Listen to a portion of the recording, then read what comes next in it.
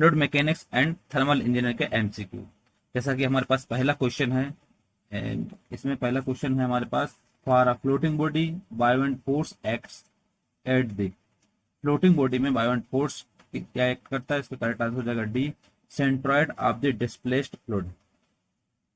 Display जो fluid होता है उसका सेंट्रॉयड में डिस्प्लेस्ड करता है। जो हमारे पास क्वेश्चन था, for a floating body buoyant force acts at the, इसका करेक्ट आंसर हो जाएगा D, centroid of the displaced fluid.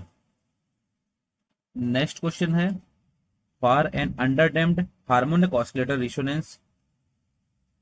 अंडरडैम्प्ड harmonic oscillator में रिजोनेंस क्या होता है? इसका करेक्ट आंसर हो जाएगा C, occurs when excitation frequency is equal to undamped natural frequency. For an underdamped harmonic oscillator resonance का हो जाएगा ऑक्यूर्स when excitation frequency is equal to undamped natural frequency. Correct answer C answer रहेगा इसका correct answer.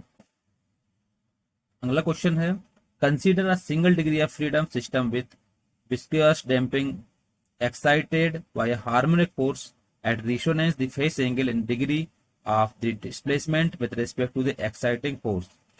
अगर हम single degree of freedom system में consider करते हैं तो उसकी विस्कस डैम्पिंग में हार्मोनिक फोर्स में हमारे पास जो इसका फेस एंगल है एक्साइटिंग फोर्स में, तो इसका हमारा फेस एंगल रहेगा 90 डिग्री। इसका correct answer 90 degree.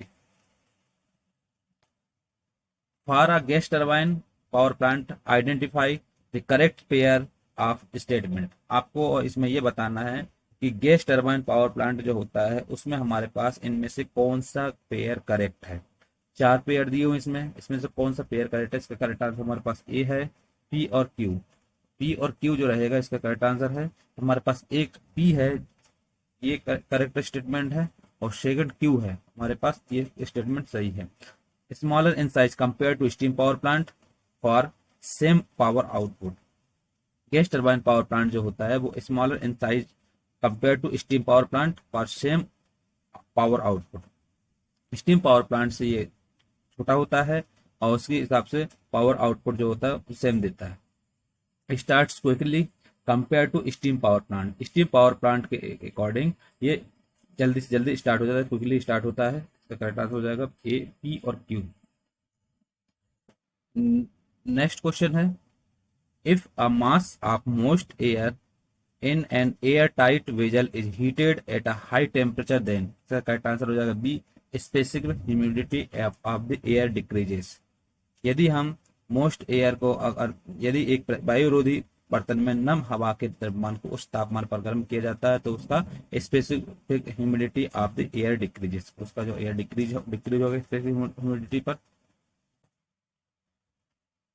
Heat and work are, heat और वर्क जो काम करता है वो करता है पाथ फंक्शन पे। इसका करेक्ट आंसर हो जाएगा path function. Heat and works are, correct answer हो जाएगा पाथ फंक्शन। बी आंसर इसका करेक्ट रहेगा।